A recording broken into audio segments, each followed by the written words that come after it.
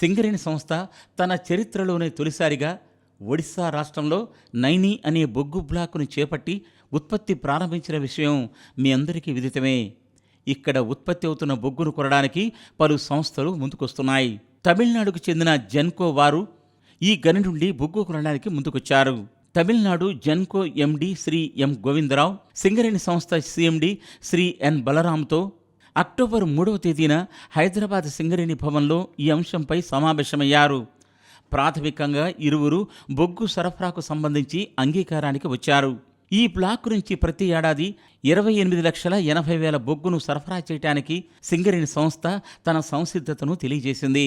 మరో 10 రోజుల్లో ఇంధన సరఫరా ఒప్పందం చేసుకోనున్నారు. తమిళనాడు రాష్ట్రంలోని తుత్తుకుడి జిల్లా ఉడింగిడిలో 1200 మెగావాట్ల విద్యుత్ ప్లాంట్ కోసం ఈ బొగ్గును వినియోగించబోతున్నారు. ఈ ప్లాంటుకు G11 గ్రేడు బొగ్గు అవసరం ఉంది.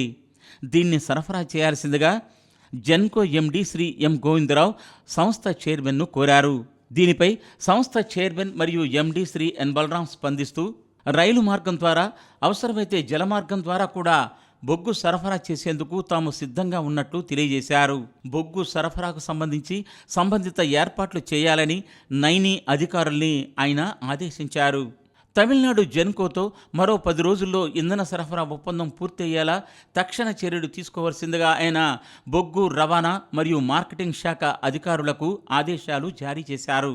కాగా ఇప్పటికే సింగరేణి ద్వారా తమిళనాడులోని నార్త్ చెన్నై విద్యుత్ ప్లాంటుకు ప్రతి ఏడాది 17,50,000 టన్నుల బొగ్గును సరఫరా చేస్తున్నారు. తాజాగా ఒడిశాలోని నైని ప్రాజెక్టు నుంచి కూడా 28,80,000 టన్నుల బొగ్గు సరఫరాకు ఒప్పందం కుదరడం విశేషం.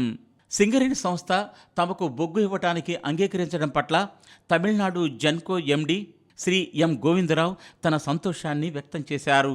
ఈనాటి సమావేశంలో executive director coal movement Shri B Venkanna, general manager coordination మరియు మార్కెటింగ్ శ్రీ తాడబోయిన శ్రీనివాస్, ఇంకా ఇతర అధికారులు పాల్గొన్నారు.